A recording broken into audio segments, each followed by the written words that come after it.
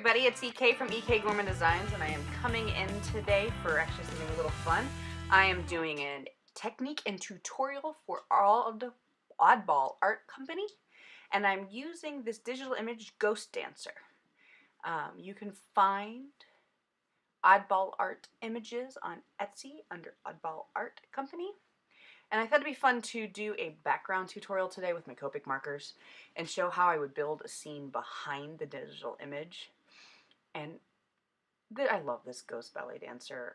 I spent so much of my youth in a ballet studio that anytime I see great ballet related stamps and digis, I get very excited. So I thought it'd be kind of fun to show how I would build a background behind an image like this. I started, and as I usually do, I start with the focal image, because if you mess that up, you haven't spent all the time on the background. And I went with classic ballet pink tights and classic ballet black leotard and a white tutu, because that's what I spent most of my life rehearsing in, black on pink. This is a really fun image for me to color just because it sends me back to such a formative part of my youth. I literally danced in studio several nights a week until I was 17. And then when I went off to college, I started dancing again for exercise and was dancing 4 days a week. And I've taught throughout the years, and I choreographed throughout the years, and yeah, such a part of who I am, or at least of what makes me who I am. So this image it's a lot of fun. I also love that the face isn't what's the focus of the digital. You know, her face is almost out of focus. So I wanted to really push her face even further back and take her hair really dark. Her hair is actually the darkest thing in the card, with the exception of the stripes on her tight. I don't even think the leotard ended up as quite as dark as her hair did, even though I went for a black focused leotard. I do something a little funny when I want a really nice black. I use both the warm Copic markers and the cool Copic markers simultaneously, and I find, at least for me, it creates this really fun juxtaposition. For the tutu, you'll see I come back and color the tutu later. I wanted to keep it white, so I kept my colors really light, and I ended up with just kind of this pale gray tutu, even though, so you'll see me fix it later. My favorite floor dancing on of all time is a wood floor. A lot of studios have marley laid down now, and marley is this gray, flat, almost plasticky feeling material that's laid down in sheets and then taped together on the seams. I've danced on it. It's not a bad material, but my favorite are the old wood floors that there's sweet spots in the floor that if you know you jump in a certain sweet spot, you're going to get more air because there's a real spring in that spot of the floor. Yeah, I'm a dork. If you haven't figured this out yet, I'm an absolute dork. But since wood floors are my favorite, I went ahead and colored in the floor in a wood grain style. And to do a wood grain, you don't actually have to draw each plank of wood. You just have to draw the illusion of all the planks of woods and lay down lots of colors, all varying shades. But if you do it right, you end up with a floor that looks like a wood plank floor without spending all the time doing it. Now, the essential part of a ballet studio, where I guess home for me always was the bar. Class started there and class ended there for me always. When class was over, I'd go back to the bar and stretch out to make sure I prevented any injuries.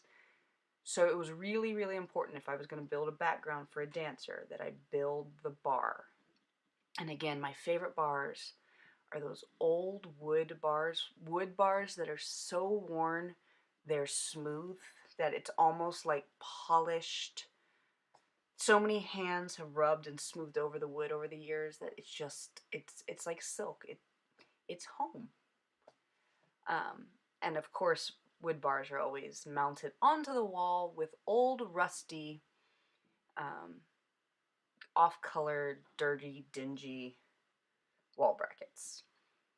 I think something people fail to realize about a dancer, especially if you've never danced, you think it's a very glamorous. You only think of ballet when it's actually on stage in a production type quality.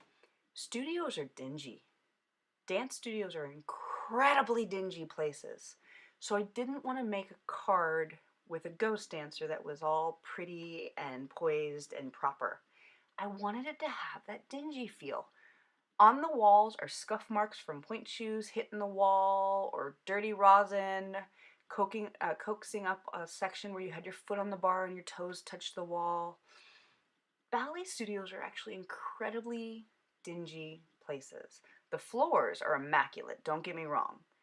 But there's so many feet literally being placed on walls to stretch that you end up leaving a lot of scuff marks on the walls. And I kind of wanted the walls to have this feel. So I used the E4 series, the lighter colors of it, to kind of create that feeling without covering the entire card in Copic marker. And I think just by covering the base of the floorboard and or the wall at the base of the floorboard and the top of the card, I was able to create that effect that I wanted of creating a dingy wall without having to color in the entire wall. See, it works. And there's something lovely and dingy about this E4 series. It's my favorite, the E40s. When I want to make something bone or skull, or I guess a skull would be a bone. But that kind of off-color dingy brown. I am dropping actually a shadow and a N0 on all sides of the dancer because her shadow, while it wouldn't naturally fall on the wall behind her, it gives her, like dropping in that little bit of shadow to that one side and under her arms, gives her a little bit of motion and movement, or at least that's what I was attempting to do. And I created at least the start of her shadow on the floor. And the bar, of course, would leave a shadow on the wall. Now you're gonna get, I decided I wanted to mat this out and not just use the full image, so for once in a rare sighting, I'm paper cutting. And then you're gonna see a little video magic here. Look, magically there's tape on the back. Yeah, I forgot to show how I put the tape on, and it's fine, because with my finger still all bandaged up, watching me apply tape is hilarious, because I don't have my predominant use of fingers. And look, video magic again. It's just magically on the back. And you're going to see that I got it really crooked. I didn't realize it was really crooked until much, much later. I used a Tim Holtz Chatterbox for the sentiment. I think it's perfect. It's in that same color as the floor, and it says, the first step in a journey. And in a ballet world, being at the studio is the first step. Thanks for joining me today and watching the Oddball Art tutorial and tips. If you want to see more videos like this, click the dragon. That will subscribe you to my channel. And if you're feeling generous, give me a thumbs up. Thanks for joining me today. Bye.